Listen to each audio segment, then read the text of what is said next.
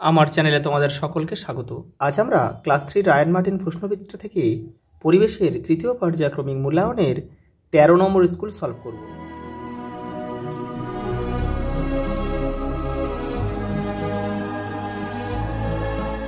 দেখো প্রথম প্রশ্ন, রামধনু দেখা যায় ঝড় বৃষ্টির পরে, ছায়া সবচেয়ে ছোট হয় দুপুর 12টায়, বাগিচা সম্পদ হলো চা, অসুস্থ ব্যক্তির হৃৎপিণ্ড চালু করার জন্য প্রতি মিনিটে 60 বার চাপ দিতে হয়, মানুষের শ্রেষ্ঠ সম্পদ হলো স্বাস্থ্য। পরেরটা দেখো, পূর্ণিমার পর থেকে কোন পক্ষ শুরু হয়? কৃষ্ণপক্ষের প্রথম আর কি। একটি পক্ষে তিথির সংখ্যা কটি? দেখো একটি পক্ষে তিথির সংখ্যা কটি? 15টি। কাগজ তৈরির কাঁচামাল কি? বাঁশ, বিভিন্ন ঘাস, গাছ। সজলধারার জল কোথা থেকে আসে? পাম্প থেকে। এই পাম্পটা কিন্তু সোলার সিস্টেম সৌরচালিত আর কি। সকাল 7টায় ছায়া কোন দিকে থাকে? পশ্চিম দিকে থাকে। ছায়াপথ কাকে বলে? তোমাদের বইয়ের 120 নম্বর পেজ দেখো, এই যে এখান থেকে এটা পুরোটা লিখবে। ওটা দেখো দেখো সিগন্যালের আলো কোন রং হলে রাস্তা পার হতে হয়? সবুজ। জলের অপর নাম কি? জীবন। পাকা বাড়ি তৈরি করাকে কি শিল্প বলে? নির্মাণ শিল্প বলে। দিগন্ত রেখার অপর নাম কি? দিক চক্ররেখা। দেখো এবারে শূন্যস্থান রয়েছে, দেখে নাও একটু। দেখো ছায়া ঠিক উল্টো দিকে সূর্য থাকে। পরিবেশকে বাঁচাতে প্রয়োজন গাছ বসানো। প্লাগ কাজ না করলে টেস্টার দিয়ে দেখতে হয়। ট্রাফিক সিগন্যালে 3টি আলো থাকে, কি কি? সবুজ, হলুদ আর লাল। দেখো অনেক ছোট ছোট জলকণা থাকলে মেঘ কালো রঙের হয়। দেখো একটা স্তম্ভ দিয়েছে, দেখো স্তম্ভটা তোমরা কিন্তু কেউ তীর চিহ্ন দিয়ে মেলাবে না, দেখে নাও। দেখো দেখো মেঘে মেঘে ঘষা লাগা, সেটা হচ্ছে বাজ পড়া, তাহলে এখানে আমরা ক লিখব। দেখো বৃহৎ শিল্প সিমেন্ট তৈরি, তাহলে এখানে খ লিখব। পরেরটা দেখো ঠিক একই রকমভাবে পরপরগুলো করবে।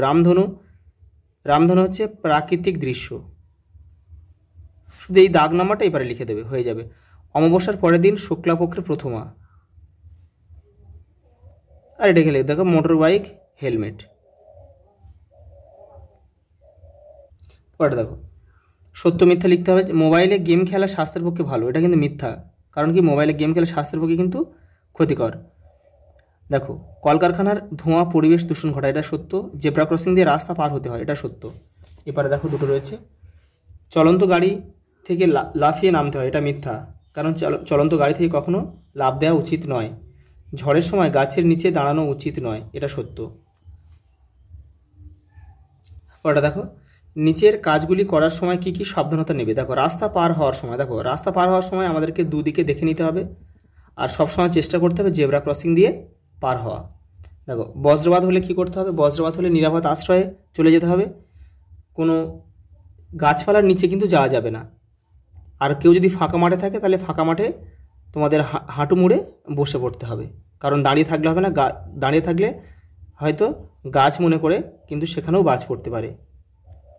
দেখো পরের প্রশ্ন দেখো, জেব্রা ক্রসিং কি? শহরে রাস্তা পার হওয়ার স্থানকে জেব্রা ক্রসিং বলে। এটি কোথায় দেখা যায়? এটা শহর অঞ্চলে দেখা যায়, শহরে।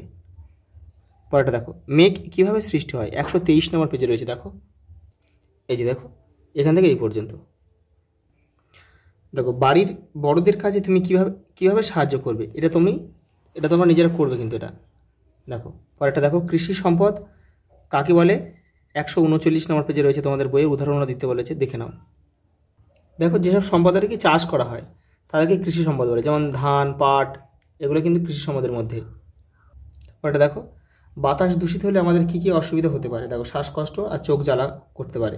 পরেরটা দেখো লাস্ট প্রশ্ন কি বলেছে? রামধনু ছবি এঁকে 7টি রঙের নাম লেখো। দেখো 127 নম্বর পেজে তোমাদের বইয়ের উত্তরটা রয়েছে, দেখে নাও। এই দেখো এই যে এটা এঁকে এই নামটা লিখে, বেনিয়া সহ কলাটার পুরো নাম কিন্তু লিখে দিতে হবে, কিন্তু এই যে এখান থেকে লিখে দেবে, এই যে লাল, কমলা, হলুদ, সবুজ, আকাশি, নীল, বেগুনি। আচ্ছা এই পর্যন্ত, দেখা হবে পরের ভিডিওতে।